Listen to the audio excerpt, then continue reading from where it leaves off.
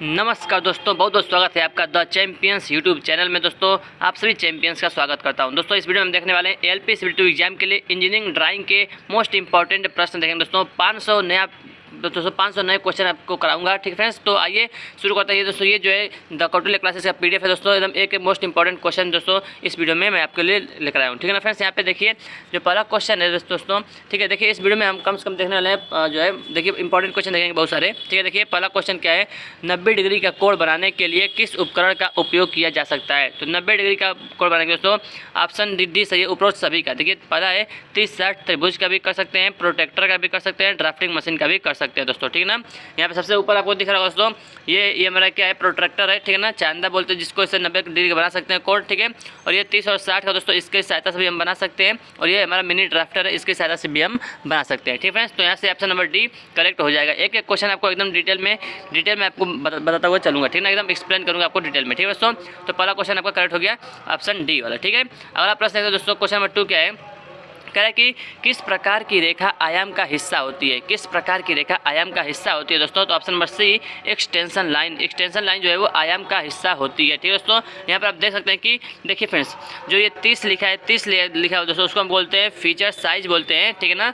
और arrow head बोलते हैं दोस्तों, और जो है ये डायमेंशन लाइन होता है, जो 30 वाला जिसके सहायता से खींचा जाता है उसको बोलते हैं डायमेंशन लाइन। और दोस्तों डायमेंशन लाइन की जो नीचे देख सकते हैं वो है एक्सटेंशन लाइन। ठीक है, और जो विजिबल जो है गैप भी होता है, बीच में गैप होता है, इसको कितना गैप होता है, 0.8 mm जो है ये गैप होता है। ठीक है ना, इतना रखना चाहिए दोस्तों। ठीक है ना, तो ये करेक्ट होगा किसका, क्वेश्चन नंबर 2 का, जो किस प्रकार की रेखा आयाम का हिस्सा होती है, तो एक्सटेंशन लाइन। ठीक है दोस्तों, आइए अगला क्वेश्चन देखते हैं, क्वेश्चन नंबर 3, कौन सा कोण 45 या 30-60 त्रिभुज दोनों का या दोनों के संयोजन से नहीं बनाया जा सकता दोस्तों। तो 70 डिग्री जो है वो नहीं बनाया जा सकता। 15 दोस्तों याद रखिएगा कि 15 अंश के गुणज में जो है हम कोण बना सकते हैं। ठीक है ना, जैसे देख सकते हैं यहाँ पे देखिए 15 अंश के गुणज में दो कोण बना सकते हैं दोस्तों। ठीक है ना, दो प्रकार का होता है, 90-45-45 और 90-60-30 का जो है आता है दोस्तों, दो साइज का होता है। ठीक है ना, प्रोटेक्टर जो है 2 साइज का होता है। ठीक है ना, यानी कि ठीक है दोस्तों, तो ये याद रखिएगा। ठीक है ना, आइए अगला दोस्तों देखते हैं, अगला फ्रेंड्स देखते हैं।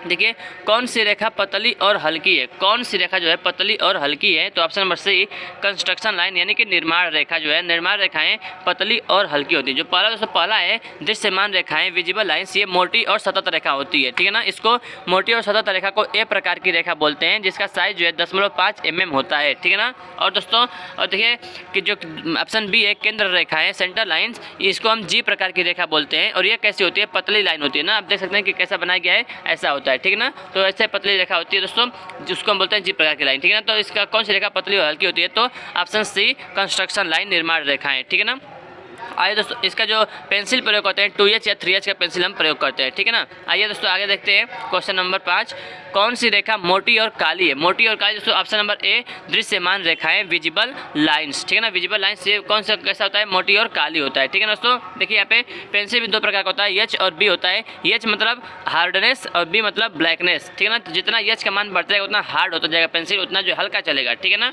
और जितना अगर B को बढ़ाएंगे 2B 3B 4B 5B करते जाएंगे तो उतना ब्लैकनेस यानी कि वो उतना ही डार्क होता जाएगा, उतना ही काला होता जाएगा, गाढ़ा होता जाएगा। ठीक है ना, उसके बाद दोस्तों देखिए यहाँ पर देख सकते हैं जो पहला है जो है पार्ट आउटलाइन, जो पहला लाइन है हैवी लाइन है। ठीक है, इसको हम बाहरी, इसको हम बोलते हैं ए प्रकार की रेखा बोलते हैं। ठीक है ना, ये मोटी और काली होती है। ठीक है ना, और दोस्तों ऑप्शन जो दूसरा का वाला रेखा है सेक्शन लाइन, इसको हैचिंग लाइन भी बोलते हैं। ठीक है ना, तो हैचिंग जो है 45 अंश के कोण पर करते हैं, इसको बी प्रकार की रेखा कहते हैं। ठीक है, तीसरा दोस्तों हिडन लाइन, इसको जो छुपे हुए भागों को बनाने के लिए करते हैं, हिडन लाइन का प्रयोग करते हैं, इसको ई और एफ प्रकार का हम बोलते हैं। ठीक है, उसके बाद नीचे जो है सेंटर लाइन, इसको केंद्र रेखा कहते हैं, केंद्र रेखा। ठीक है ना, जी प्रकार की रेखा ये होता है, ये लाइट होता है, हल्का होता है। ठीक है, उसके बाद दोस्तों डायमेंशन और एक्सटेंशन लाइन भी आप देख सकते हैं कि ऐसा होता है। ठीक है ना, ऐसे बनाया जाता है, आप देख सकते हैं। ठीक है, उसके बाद है हैवी लाइन, देख सकते हैं कटिंग प्लेन लाइन, ऐसा होता है ये कटिंग प्लेन, यानी कि दोस्तों लाइन याद है कौन सा लाइन जो है, किसका नाम कौन सा लाइन है। ठीक है ना, तो कटिंग लाइन ऐसा होता है, इसको एच प्रकार की रेखा बोलते हैं। ठीक है ना, उसके बाद दोस्तों ब्रेक लाइन, तो 2 प्रकार का ब्रेक लाइन होता है दोस्तों, देख सकते हैं एक ऊपर वाला है, एक नीचे वाला है। ठीक है, ऊपर वाले को सी प्रकार की रेखा बोलते हैं,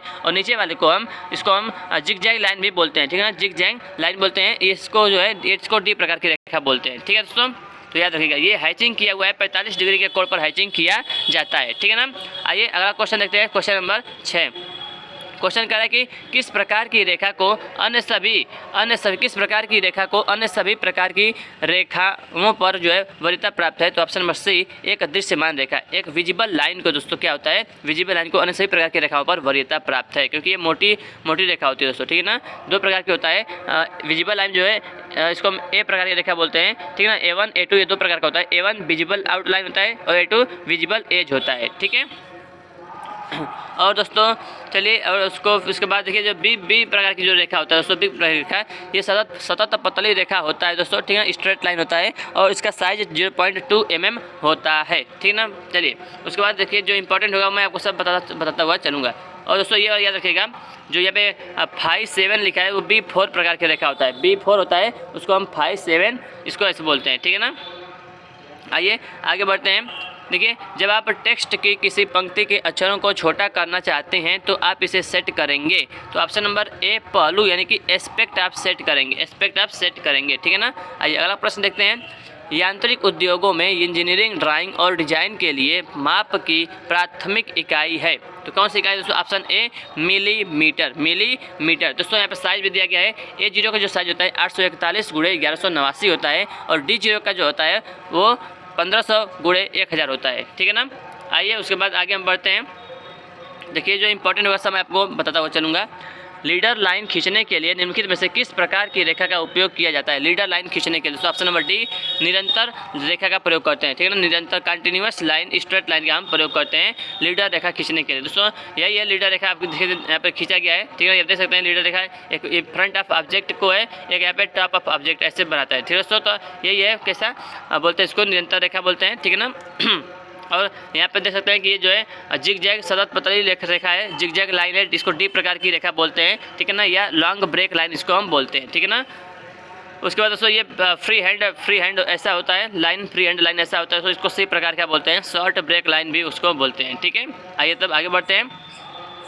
फ्रेंच कर्व का उपयोग निम्न को खींचने के लिए किया जाता है। तो फ्रेंच कर्व का प्रयोग दोस्तों चिकना मुक्त रूप स्मूथ फ्री फ्रॉम खींचने के लिए करते हैं, यानी कि वक्र रेखा खींचने के लिए करते हैं। ऑप्शन में आपको वक्र रेखा मिलेगा, ठीक है ना। तो वक्र रेखा खींचने के लिए हम करते हैं, ये उसका फिगर है, ठीक है ना, फ्रेंच कर्व का ये फिगर है, ठीक है दोस्तों। अगला क्वेश्चन देखते हैं।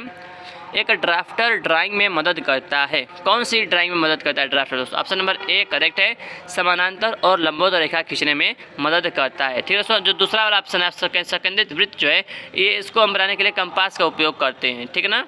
चलिए आइए अगला प्रश्न देखते हैं। क्वेश्चन नंबर 12 दिया कि कागज़ की ए श्रृंखला की लंबाई से चौड़ाई का अनुपात लगभग है। तो दोस्तों कितना होता है?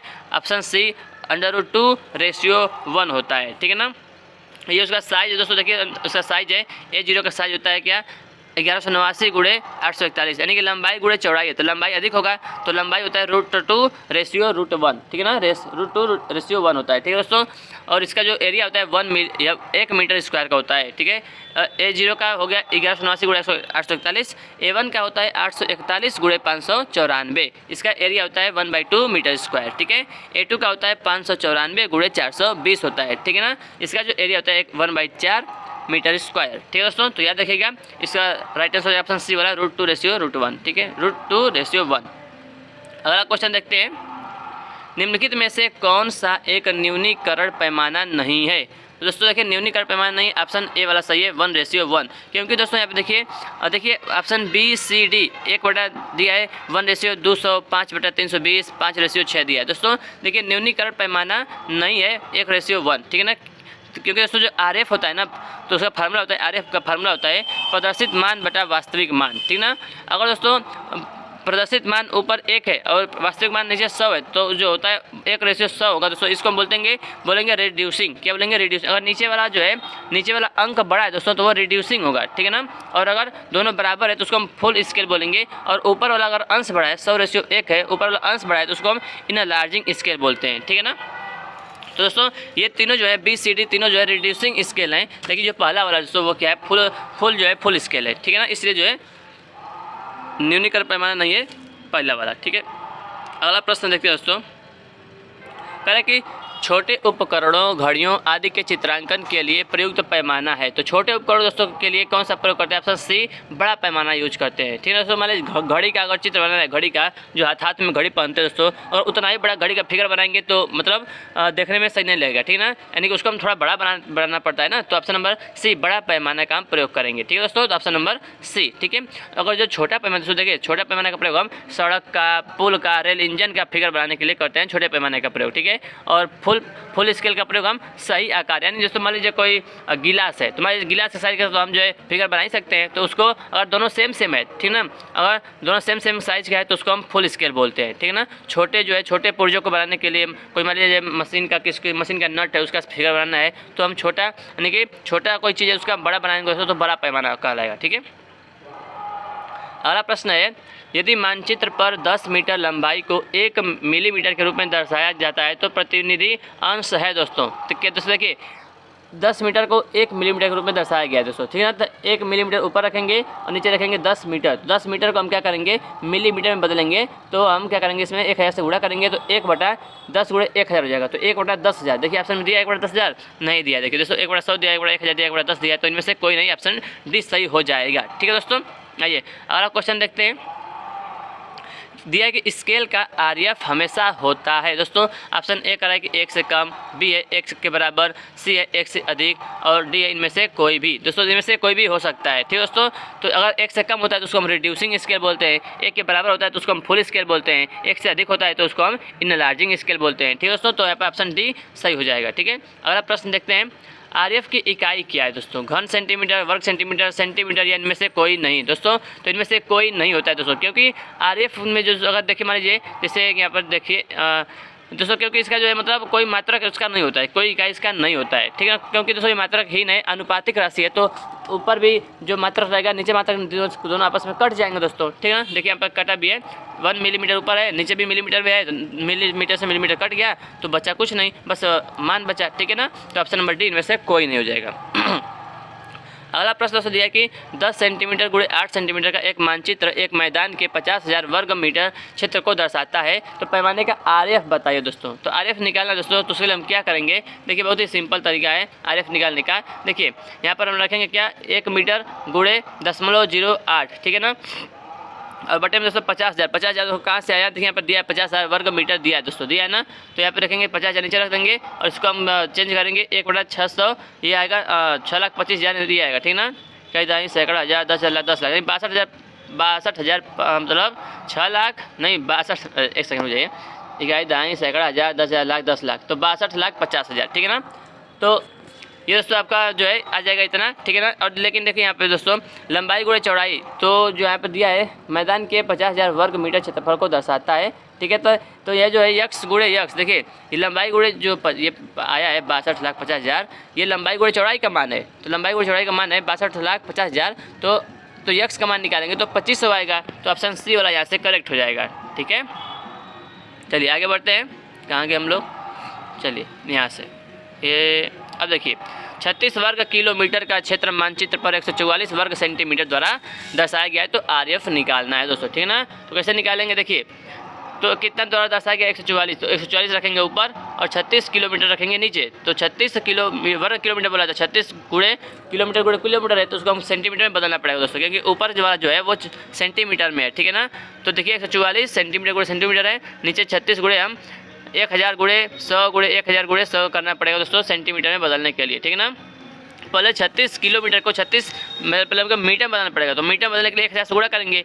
अब बदल गया मीटर में, अब मीटर को सेंटीमीटर बदलने के लिए 100 से गुणा करेंगे, तो फिर से हम 100 से गुणा करेंगे। तो 2 बार किलोमीटर है तो 2 बार हमको गुणा करना पड़ेगा। ठीक है ना, आशा करता हूँ दोस्तों कि आपको मतलब ये आता हुआ करना। ठीक है, तो इसको अब निकालेंगे दोस्तों, तो 1000, 1/50,000 इसका आंसर आएगा। ठीक है, आगे बढ़ते हैं।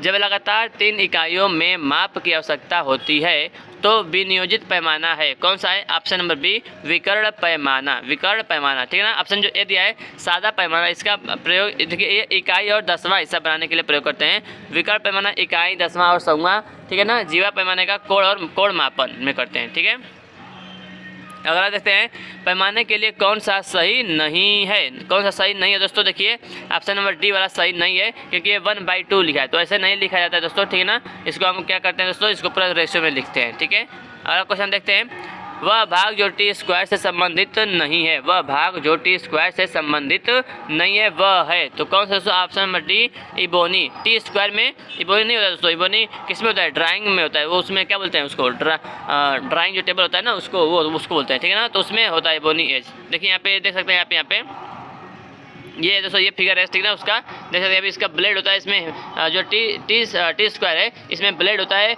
हेड होता है, हेड को स्टॉक भी बोलते हैं दोस्तों, ठीक है ना। तो ड्राइंग बोर्ड जो है इबोनी एज होता है, ठीक है ना। अब देखिए इसमें से बाकी सब सही हो गया। अगला क्वेश्चन देखते हैं, वह कोण जो हम दोनों सेट स्क्वायर का उपयोग करके नहीं बना सकते हैं वह है दोस्तों। तो देखिए जो 15 से कटेगा वो जो है सही रहेगा, लेकिन जो मतलब जो नहीं कटेगा वही आंसर रहेगा, ठीक है ना। तो देखिए 15, 105, 165 15 से कट जाएगा, लेकिन डी वाला जो है 15 से नहीं कटेगा, तो यही जो है नहीं बनाया जा सकता है, ठीक है ना। आइए अगला क्वेश्चन देखते हैं, क्वेश्चन नंबर 24, कार्डबोर्ड स्केल कौन सा स्केल के सेट में उपलब्ध है दोस्तों। तो कार्डबोर्ड स्केल जो है 8 स्केल के सेट में उपलब्ध है, ठीक है ना। आइए अगला प्रश्न देखते हैं, क्वेश्चन नंबर 25, ड्राइंग पेपर में 210 mm गुणे 297 मिलीमीटर का अगला आकार क्या है दोस्तों। अगला आकार मतलब होता है कि इससे बड़ा वाला कौन सा है दोस्तों, ठीक है ना। तो इससे बड़ा वाला कौन सा है, ऑप्शन नंबर बी 297 गुणे 420। ये क्रम से आप देखिए, क्रम से यहाँ पे दिया गया, ठीक है ना। A0 का होता है 841 गुणे 1189, सबसे बड़ा होता है। उसके बाद A1 आता है 594 गुणे 841। उसके बाद A2 आता है 420 गुणे 594। उसके बाद A3 आता है 297 गुणे 420। और उसके बाद A4 आता है 210 गुणे 297। A5 आता है 148 गुणे 210, ठीक ना। तो A4 का अगला साइज पूछ रहा है, अगला साइज यानी कि इसके ऊपर वाला दोस्तों, ठीक ना, इससे बड़ा वाला। तो कौन सा है, 297 गुणे 420 है। तो देखिए ऑप्शन में 297 गुणे 420 ऑप्शन नंबर बी वाला दिया है दोस्तों, ठीक है ना। तो दोस्तों इस वीडियो में बस इतना ही, 25 क्वेश्चन हमने देखा, टॉप 25 क्वेश्चन दोस्तों, ठीक है ना। बाकी मिलते हैं, जल्दी ही मिलेंगे दोस्तों अगले वीडियो में दोस्तों, ठीक है। अगले 25 क्वेश्चन खुद लेकर दोस्तों। अगर वीडियो पसंद आया तो वीडियो को लाइक जरूर करिएगा, चैनल पर नए आए तो चैनल को सब्सक्राइब करिएगा। द चैंपियंस चैनल आप लोगों के लिए बनाएगा, आप सभी चैंपियंस के लिए बनाया गया दोस्तों, ठीक है ना। तो thank you so much for watching this video दोस्तों। मिलते हैं आपसे नेक्स्ट वीडियो में, तब तक के लिए जय हिंद जय भारत। तो छोटे बच्चों से प्यार करिएगा दोस्तों, बड़ों का सम्मान करिएगा। Thank you so much, take care, bye bye, जय हिंद जय भारत, वंदे मातरम।